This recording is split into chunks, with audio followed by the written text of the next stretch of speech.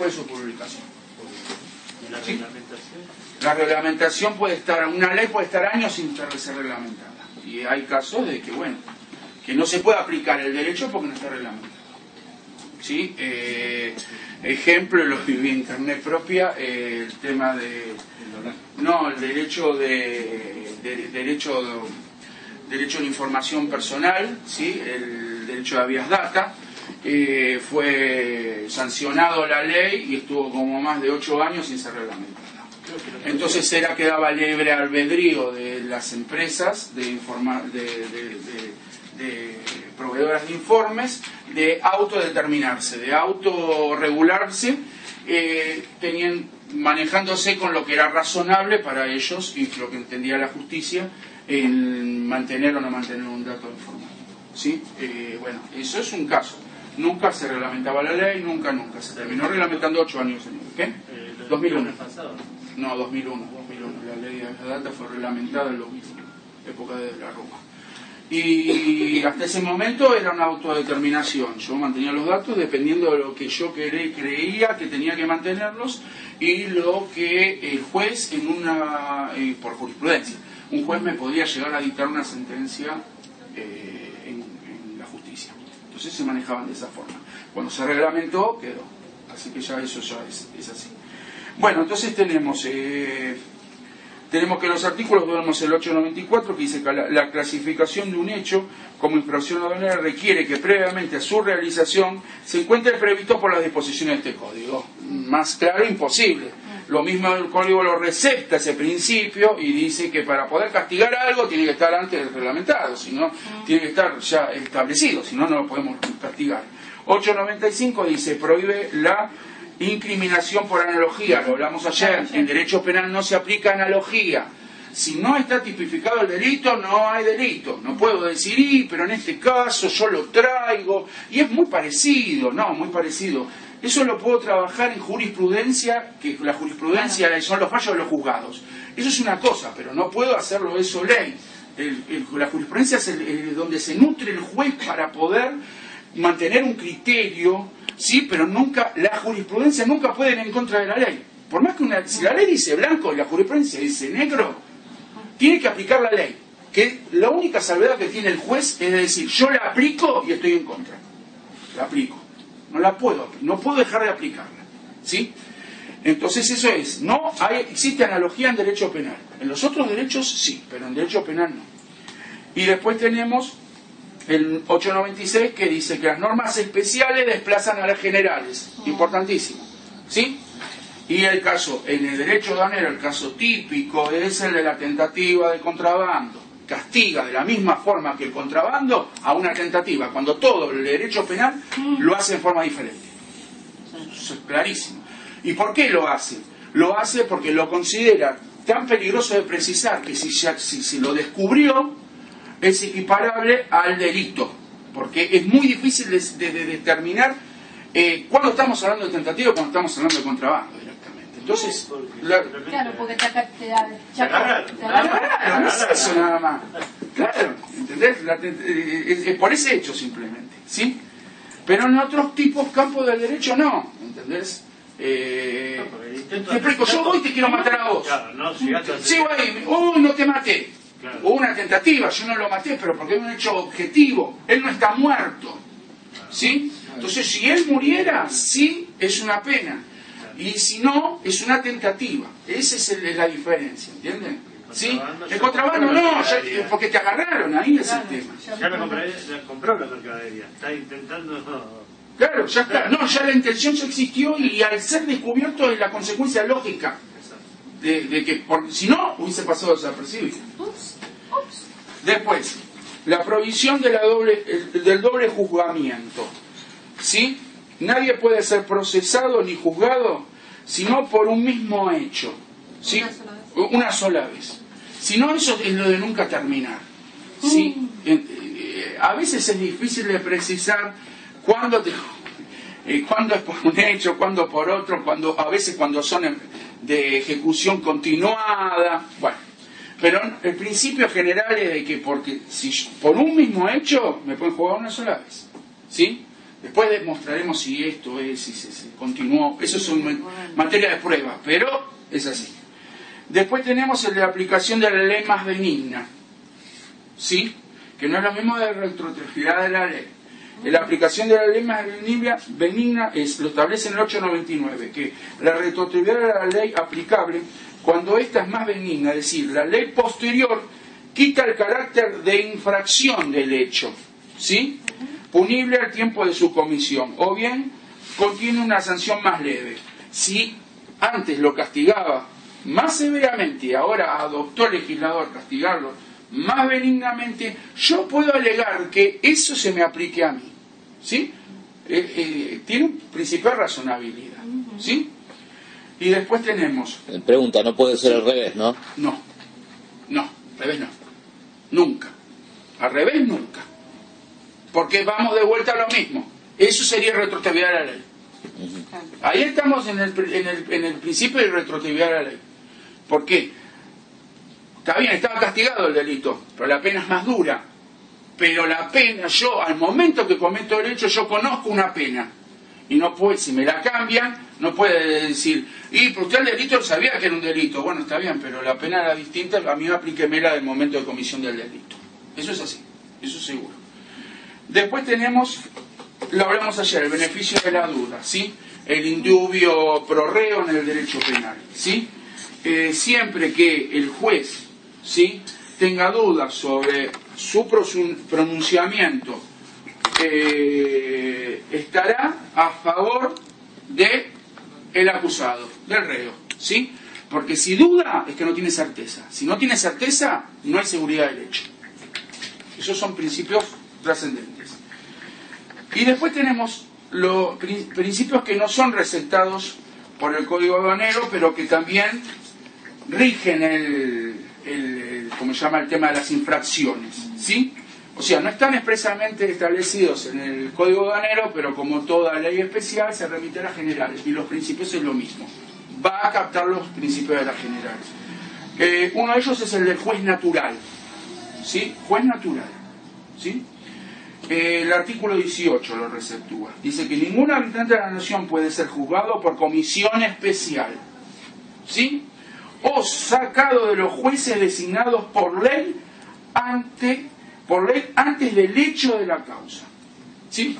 Hoy estamos en un Estado de Derecho, mañana no estamos en un Estado de Derecho, se crea una comisión ultra los derechos del hombre y de las banderas de no sé quién, y me juzga ese juez.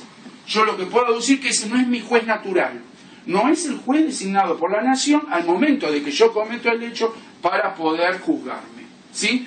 Esa fue la famosa discusión en los tiempos de las juntas militares, cuando ellos querían ser sometidos a justicia castrense, ¿sí? Esa era la discusión. Ellos decían de que tenían que responder a los tribunales castrenses, y la parte legislativa decía que no, y judicialmente decía que no, que tenían que ir a jueces naturales, a los jueces comunes. Esa es la discusión. Eso es el juez natural. El juez natural es el que te tiene que juzgar según lo que determinó el Poder Legislativo al momento de que se cometió el hecho, ¿sí? Acá tenemos en materia infraccional, o sea, en infracciones, la competencia, ¿sí?, es competente en primer momento el ámbito administrativo, el ámbito administrativo, ¿sí?, que en Capital Federal, ¿sí?, la cabeza, ¿sí?, es el Departamento Contencioso Capital de Aduana, ¿sí? Es lo que yo les digo arriba de UTV, ¿viste? Que les dije arriba. Ese es el Departamento Contencioso, ¿sí? Secretarías. Bueno, eso es el órgano administrativo encargado de juzgar los temas aduaneros, ¿sí?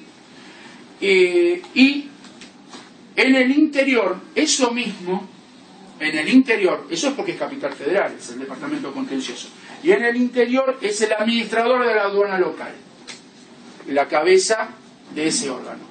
La diferencia es que en el interior el órgano máximo es el administrador de esa aduana, y acá existe un departamento especial para contenciosos, ¿sí? Sin necesidad de llevarlo al caso, que lo resuelva el administrador. Claro. Que millones de cosas en procedimiento lo vamos a ver que son todas del administrador. Sí, Ya lo vamos a ver, pero bueno. Defensa en juicio, ¿sí? El famoso artículo 18 que establece la defensa en juicio, que es inviolable la defensa en juicio de la persona y de los derechos, ¿sí? Esto es una garantía que tienen todas las personas de que, bueno, si se va a condenar a alguien o se va a ser condenado es porque tuvo sus derechos de poder defenderse. Eso es lo importante. Y todas las nulidades que se puedan derivar de un proceso siempre están en vistas de que no viole ese derecho. ¿Sí? Impugnaron la prueba, ¿bien? Esa prueba no es válida, sí, yo voy a pedir la pericia, pues esta prueba me incriminaron y no es.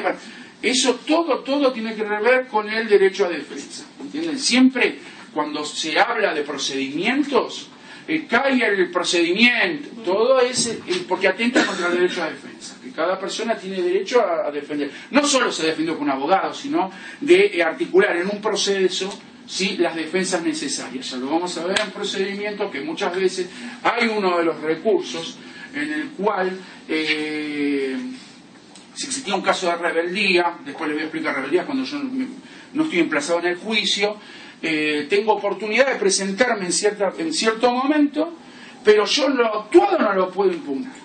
Entonces, ¿qué pasa?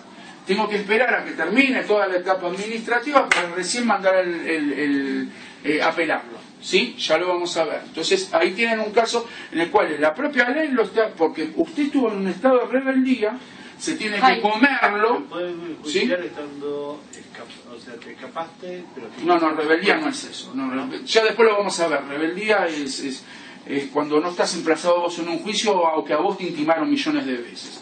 Y si vos decidís entrar en el juicio, en ciertos momentos vos entrás, y al momento que entrás, las cosas que ya actuaron vos no las puedes impugnar como si hubieses tenido derecho si hubieses te presentado en el primer momento. Eso es lo que entiende. ¿A qué quiere decir? En un caso de rebeldía, yo me presento ahora, pero todo esto, yo no estoy de acuerdo, señor, si hubiese presentado acá en el principio, usted debe poder haber impugnado todo esto. ¿Entienden? Eso es defensa en juicio, ¿sí? Después tenemos el tema de que nadie puede ser obligado a declarar contra sí mismo. Eso, bueno, ya se sabe, es obvio. Eso es un principio bien de derecho penal. Y nadie puede, aunque diga de que es el culpable. ¿Qué pasa? El derecho penal se basa en el supuesto de que por más que una persona admita que él cometió el delito, ¿sí? Hay que probarlo. Si a mí no me lo prueban, por más que yo vaya con pito y matraca y diga que sí, fui yo. No. Si no existe prueba, no existe. Pero la prueba es sustancial para cualquier juicio de cualquier naturaleza. Yo puedo esgrimir, tener, no sé, unas ideas fantásticas, todo muy lindo, pero si yo no lo puedo probar, todo muy lindo, no sirve de nada. El juicio, como entidad en sí, es para poder probar. Si no se prueba, no se prueba. Y esto es el caso de que nadie se puede autoincriminar. ¿Sí? Eso bien del derecho penal. Y el principio, esto va ligado al principio de inocencia, ¿sí? Que todo en derecho penal, toda persona es inocente hasta que se le demuestre lo contrario, porque tienen que demostrarle lo contrario, se lo tienen que probar. Ese es el principio. Todo va de la mano. Tema de responsabilidades. Entramos, todo esto que estamos viendo ahora es todo de Código Aduanero, ¿sí? Las trata de las responsabilidades, el régimen de responsabilidades del 902 al 910. Dice el 902 apartado 1, no se aplicará sanción a quien hubiese cumplido con todos los deberes inherentes al régimen, operación, destinación o cualquier otro acto o situación en que intervinieren o encontrare, salvo los supuestos de responsabilidad por hechos de otros previstos en este código. ¿Sí? Entonces, que la sanción prevista penal para las infracciones aduaneras no puede aplicarse sino a aquellas personas que incumplan un deber a su cargo. ¿Sí? Y que la responsabilidad gira en torno al cumplimiento, ¿sí?, impuesto por el ordenamiento aduanero. ¿Sí? ¿Qué pasa? Las personas que obran sin culpa, ¿sí?, no pueden ser consideradas infractoras. Acuérdense lo que hablábamos anteriormente del tema de la teoría del delito que yo les expliqué ayer. que el último de los preceptos, el último de los puntos que la forman era la culpabilidad para que exista el delito, ¿sí? Acá esto es una forma de afirmarlo. Si no existe culpa por esa persona, no hay delito, ¿sí? Es lo que está diciendo en cierta forma, ¿sí? Acá empieza a jugar el tema del principio general del error y la ignorancia de hecho y de derecho. Derecho civil, 1 año, ahora vamos a ver si lo bajamos un poquito. Es eso. Vamos muchachos, vamos, no se caigan, tal como lo sabemos, a ver, aquellos casos autoriza expresamente el código, a rectificar inactitud, claro, el tema es de los requisitos exigidos para proceder a la rectificación, ¿sí? La inexactitud debe surgir de la simple lectura, ¿sí? De la presentación, ¿sí? De la declaración aduanera, ¿sí? Y tiene que ser solicitada antes de advertirla. O sea, se puede pedir con anterioridad de que sea descubierta. Si no, no va a tener efecto, ¿sí? Después tenemos el error o ignorancia de derecho, ¿sí? Eso es el error de hecho. El error de hecho, ¿sí? Es cuando se produce un error en la confección de algún tipo de formulario o algo y uno mismo lo subsana, ¿sí? El error de derecho en todas las ramas del derecho es inaceptable. ¿Por qué? Porque se parte de la base, como les dije ayer, de que no se puede argumentar no conocer el derecho, aunque no lo conozcamos, ¿sí? Las leyes existen y aunque no las sepamos, el Estado da por entendidas que las sabemos. Y si no somos nosotros, es alguien que las sepa por nosotros. Eso es el caso de cuando uno es representado por un abogado, ¿sí? Como el tema, bueno, eso es en el tema de la justicia, con todas las cargas que tiene el abogado cuando lo hace, y como en el caso de los despachantes de aduana, cuando tiene que hacer una presentación ante el organismo aduanero, también. Su conocimiento, no puede argumentar, no lo sé, sí, lo está por sabido, ¿sí? Y después tenemos que, lo dice, mira, lo dice el Código Aduanero, lo dice 953, dice: la ignorancia de las leyes no sirve de excusa si la excepción no está expresamente autorizada por la ley. La ignorancia de las leyes o error de derecho en ningún caso impedirá los efectos legales que de los actos ilícitos, ni excusar la responsabilidad de los actos lícitos. O sea, nunca va a poder impedir, ¿sí?, impedir los efectos legales de los actos lícitos. O sea, cuando un acto es lícito, por más que yo argumente, no lo va a poder dejar de producir. Ni excusar los que son ilícitos. No, yo no lo sabía, me mandé un pero no lo sabía. Eso es lo que quiere decir. Después habla de la responsabilidad de las personas de existencia ideal. Todo lo que es responsabilidad, todo lo que son personas de existencia ideal y de personas contraposición a las personas físicas, ¿sí? Todo lo que lean, lo más importante es lo siguiente. La persona de existencia ideal no es como contra... No existe. No existe. Es una sociedad. Es una sociedad. ¿Y quiénes son los que verdaderamente forman la sociedad? Los que manejan la sociedad, los gerentes, los directivos. Lo importante que tienen que tener en claro es que cualquier problema que exista con la sociedad, siempre los responsables van a ser los directivos. Los voy a llevar un poquito a derecho comercial. En el derecho comercial existen distintos tipos de lo que nosotros llamamos tipos societarios.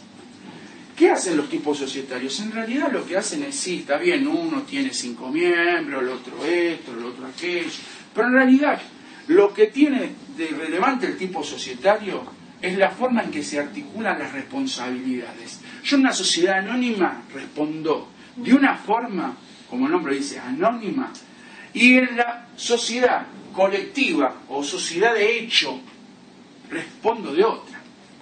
En una sociedad de hecho, que quiere decir que no hay una sociedad y son 3 personas que se juntaron para una verdulería, les sirvo el cobro contra los 3. No me importa si no hay.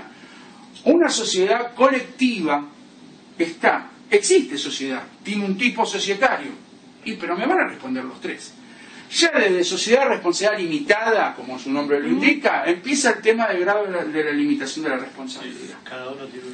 Cada uno responde únicamente con lo que aporta a la sociedad y no responde con su patrimonio.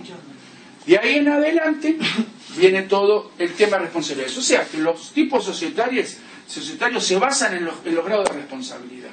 Entonces, lo que les tiene que quedar en claro es que la sociedad va a responder, es un ente independiente de los socios. Tenemos que ver el grado de responsabilidad que tienen, pero este grado lo puedo valorar desde el punto de vista civil. Pero desde el punto de vista penal van a entrar los directivos con la sociedad, ¿sí? Se va a perseguir el cobro, las inhabilitaciones, se va a inhabilitar a la sociedad, a los miembros. Yo tengo que subir al cobro a la sociedad y a los miembros, ¿sí? O sea que responden todos, lo que trata de buscar es que respondan todos, ¿sí? Y para eso, ¿qué tiene que hacer? Lo tiene que establecer en forma expresa, lo tiene que en forma taxativa. Entonces, ¿qué hace siempre? Ahora vamos a ver muy seguido, y por eso se los quiero marcar bien. Siempre el tema de responsabilidades habla el tema de que responde en forma solidaria, esa es la palabra clave, con la sociedad, ¿sí? El tema de la solidaridad, ¿sí? No es que tiene que pagar que tiene que hacerse cargo el directivo. Por ahí en realidad no tendría que hacerse cargo, sino que todos, o los que lo fundieron, ¿me van siguiendo? Pero yo el cobro lo voy a perseguir contra todos.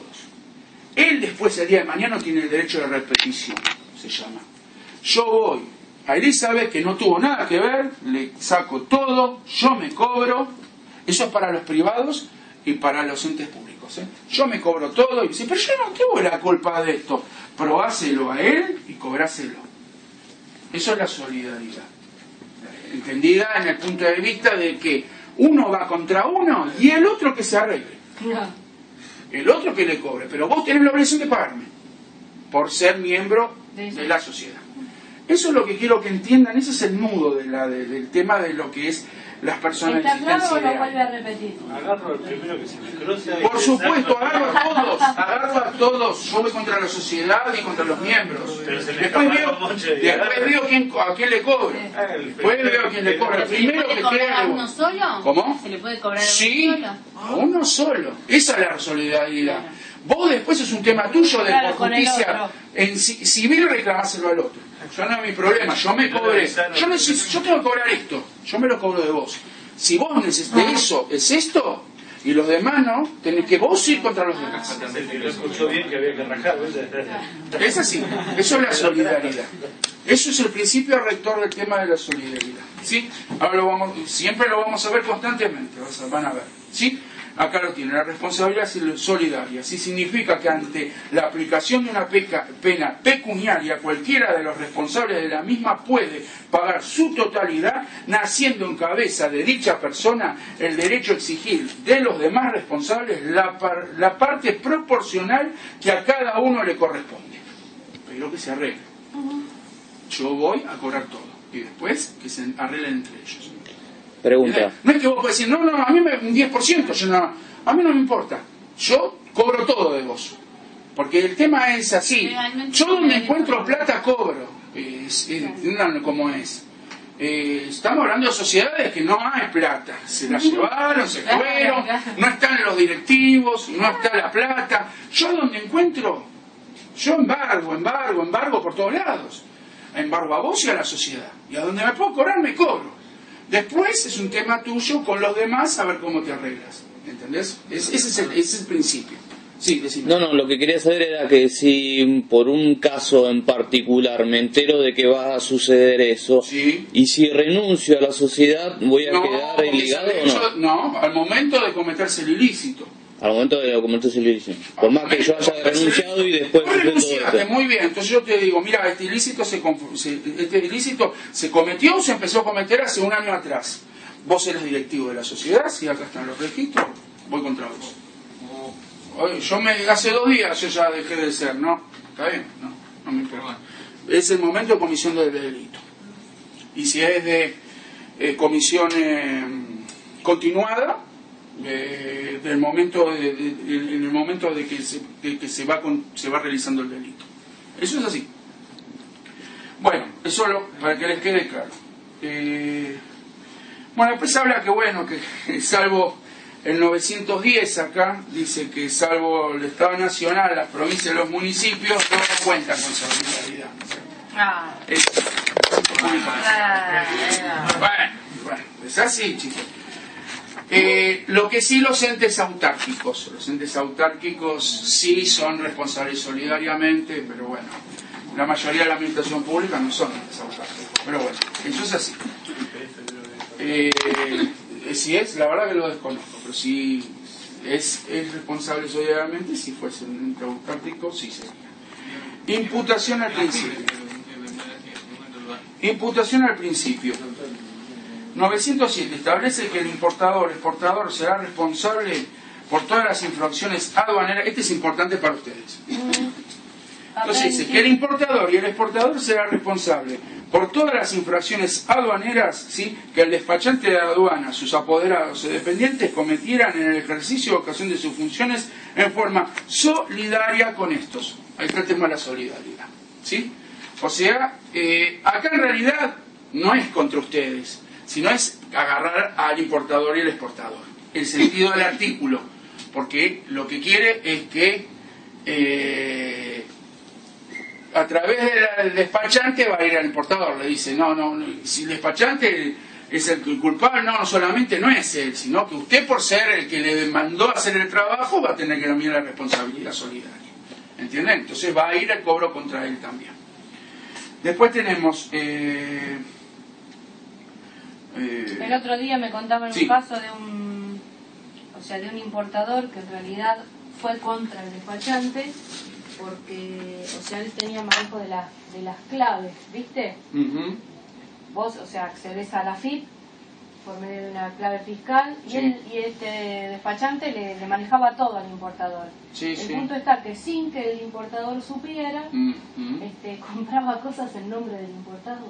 Bueno, ahí tienen el caso. El importador puede llegar a decir de que él no las compró, que las hizo el despachante en nombre de él, pero al importador le van a cobrar. Exactamente, entonces ahora está en el litigio. Ahí está el ejemplo. Págueme.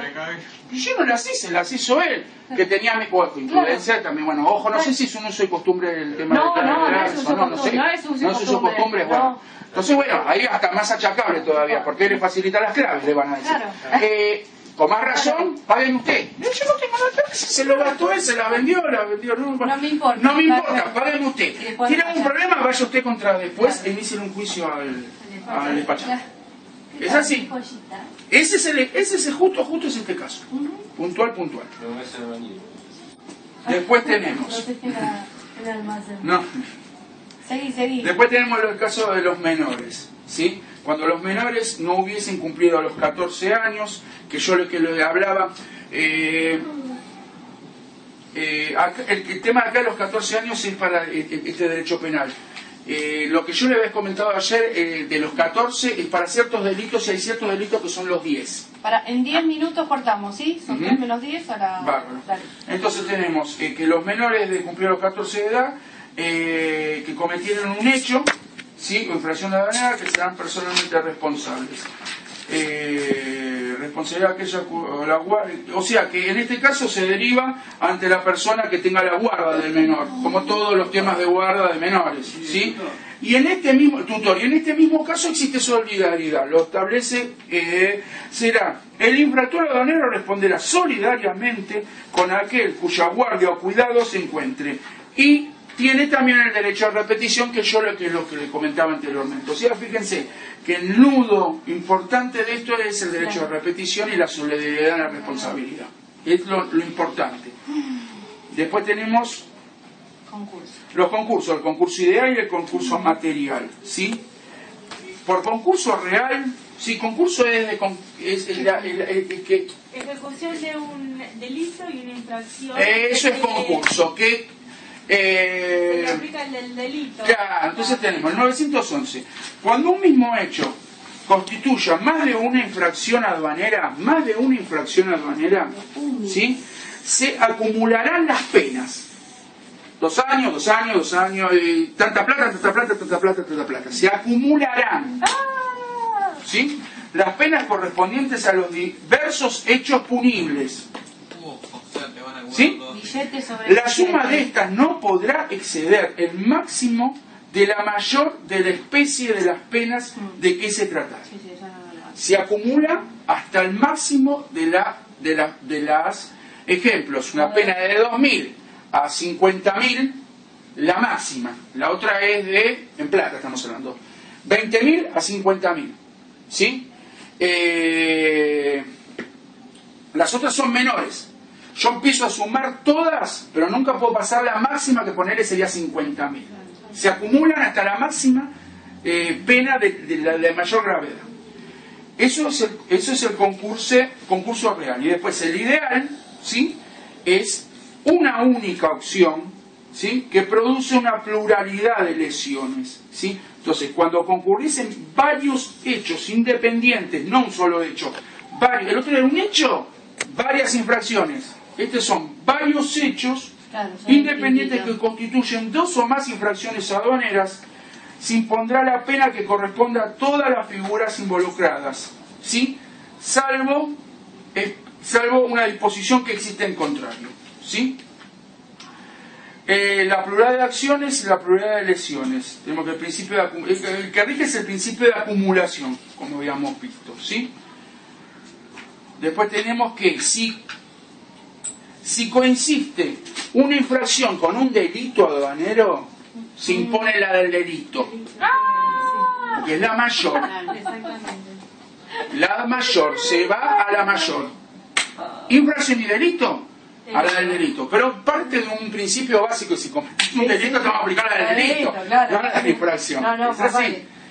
Y después tenemos el 914, que dice: cuando ocurrían varios hechos que configuren independientemente una infracción aduanera y un delito, se impondrán separadamente las penas previstas para cada uno de ellos.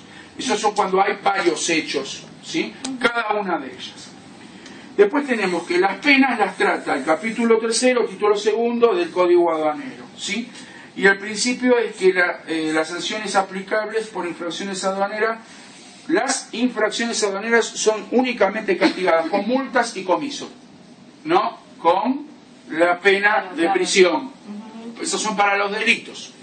Esa es la distinción. Al tema penas es la distinción más relevante, ¿sí? Por algo son infracciones, no son delitos. Tenemos las multas, ¿sí? Que son la sanción tradicional en el régimen aduanero. Se paga una suma de dinero impuesta coactivamente en una resolución o sentencia firme, ¿sí? El comiso, como habíamos visto anteriormente, es la pérdida de los efectos, o sea, la mercadería que es objeto de la infracción, ¿sí? Y tenemos que las graduaciones, ¿sí?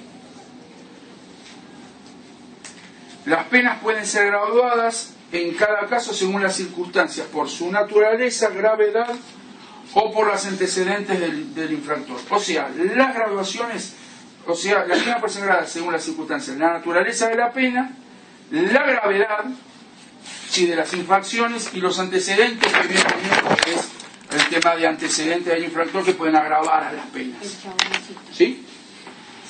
Después tenemos...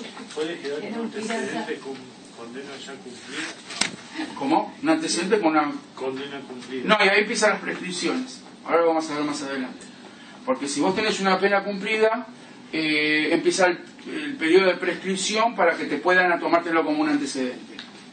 ¿Entendés? Prescribe, pues si no sería in eternum. Después tenemos el tema de la... ¿Querés que cortemos? Como quieran. Menos 5, dale.